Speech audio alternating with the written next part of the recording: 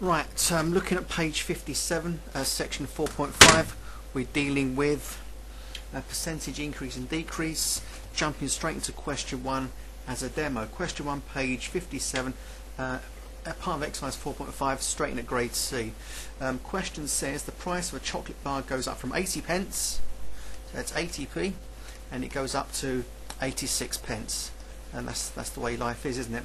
Work out the percentage increase in the price of the chocolate bar. Well, I've increased by 6p, it's not a problem.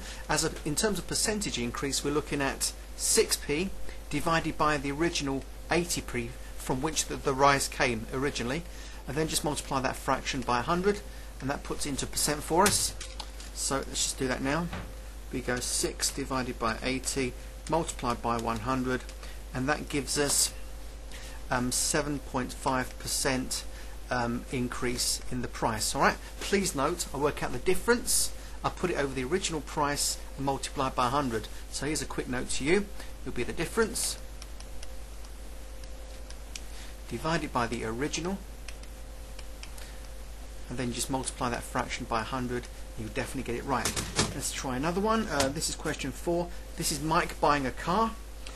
He buys a car for 18,700.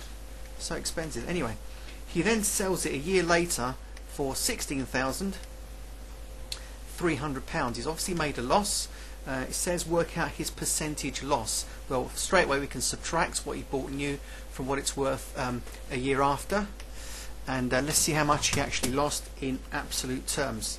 So 18,700 take away 16,300, and the man has lost £2,400 after a year on the car.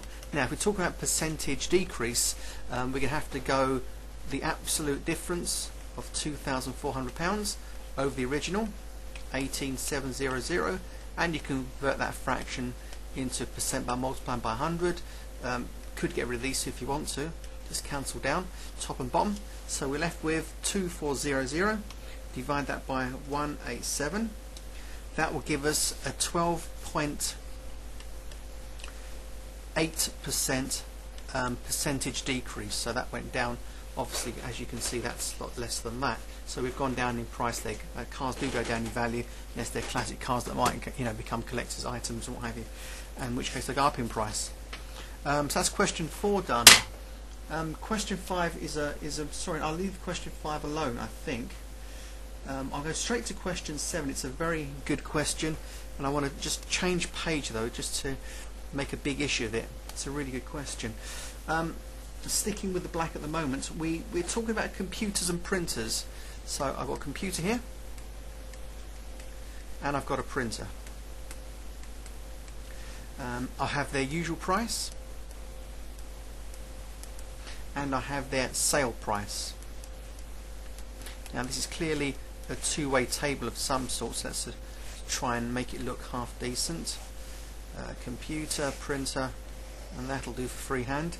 Alright, so usual price for this computer is £549.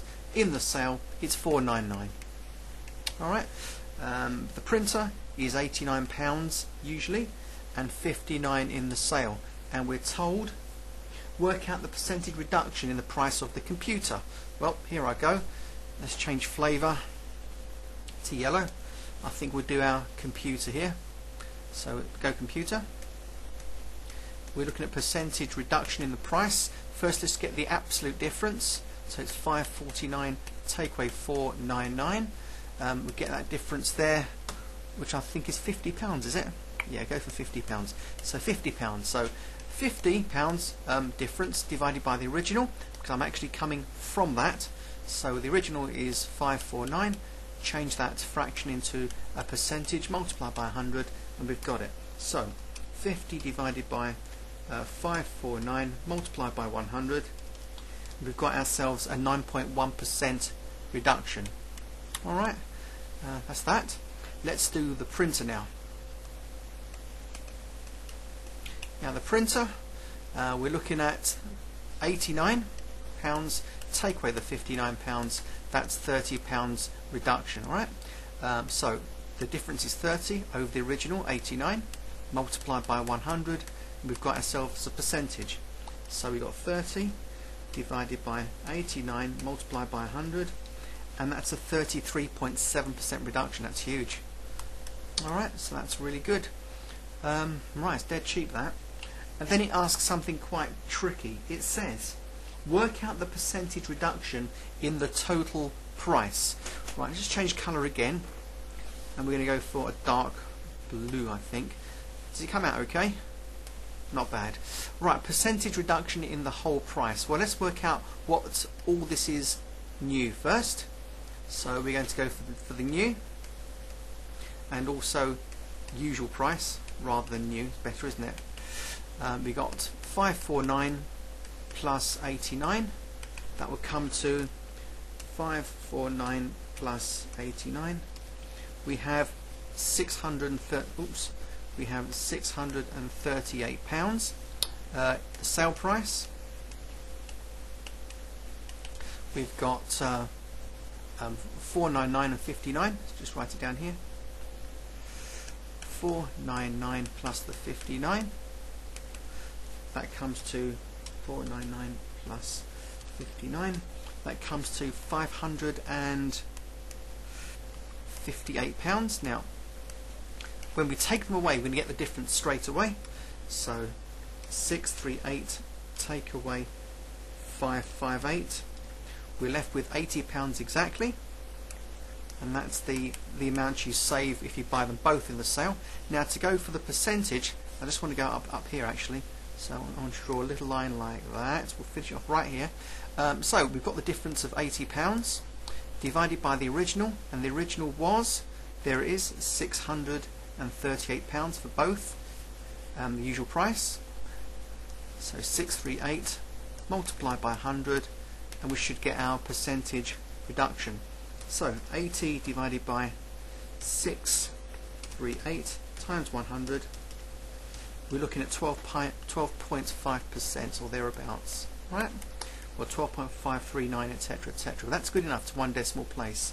So I think we've done that. That's a very, very good question. Obviously study it in your own time. Bit complicated, lots of numbers in a two-way table. We've done two-way tables before, but now we're applying these figures to a storyline which necessitates us calculating percentage increase and decreases. Now I want to change pages right now because I want to do a really good question, which is the next one along. This is Sophie and her flat. Let's go for green, because that's ever so pretty. Green. Now, apparently Sophie's got a flat and her rent has gone up from 120 to 150 pounds. I think I went right here. So 120 pounds, and it's gone up to 150 pounds. All right. So therefore, we're looking at a difference of 30 pounds difference. There. Right. Now Sophie works out the following sum. She takes £30, divides it by 150, and then she multiplies by 100. Now I can see that 30 over 150 is basically a fifth, and a fifth of 100 is 20%. Now obviously we're allowed to use a machine being Unit 1. Nevertheless, let's just go with it at the moment. Anyway, the question says, what mistake has she done? Well, Sophie, although is able to pay her rent, can't do the maths very well. We know it should be difference of 30 over the original. Now, her rent increase was £30, and it came from the original £120. It wasn't raised from 150 upwards, so that's why she got it wrong. And so that's her mistake. She should have done 30 over 120 multiplied by 100 to get into a percent. I can see that's a quarter there if I eliminate that little lot. So a quarter of 100 is 25%. So in percentage terms, Sophie's had a much bigger rise in the rent, although she's actually paying £30 extra on top, irrespective of what the mathematics says percentage wise. In terms of her percent, she got her calculation wrong, but if you put it over the original, like we'd said, she'd be fine. And with this, I just want to wind up section 4.5 and consider it done. Signing off. And do study it. I've got a couple of questions there I need you to look at. just rewind and have a good look. Okay, see you soon.